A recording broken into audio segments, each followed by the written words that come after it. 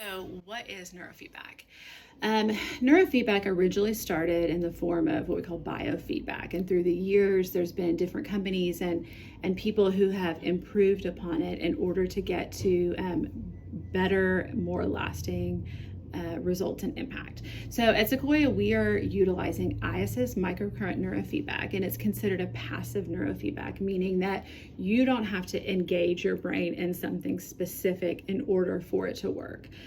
Some forms of neurofeedback, you have to play a video game or listen to music or engage in something so that it knows what to stimulate your brainwaves to do.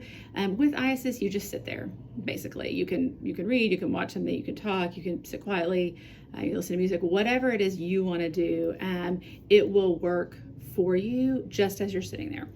So the basic gist of the way I've come to understand as a lay person what neurofeedback is the understanding that as humans, we have a central nervous system, and our central nervous system is designed to operate in a specific way. The way that it ideally operates would lead to our very best functioning.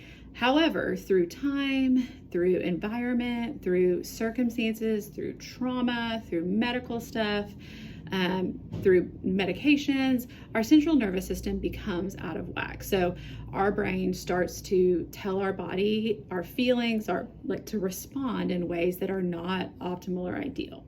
So neurofeedback is an attempt to reorganize your central nervous system to how it is supposed to be. I often think of it as not changing the way you think or what your brain is doing, but helping it to get back on the course that it's supposed to be. One of the ways that helps me understand is if my phone is being glitchy, I may try a few things, I may close out a few apps, but ultimately I'm going to turn it off and turn it back on. And usually when we do that, we see that that helped. It's working correctly again. That is what neurofeedback is. It's almost like a reset for your brain in order to function how it's created to. And sometimes people come in with very specific, I would like to get neurofeedback to work on blank.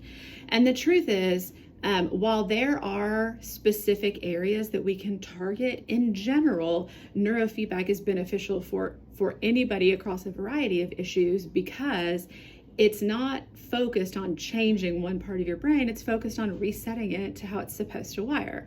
And so for some people, for myself as a migraine sufferer, that portion of my brain being reset has caused me to have a significant decrease in the amount of migraines.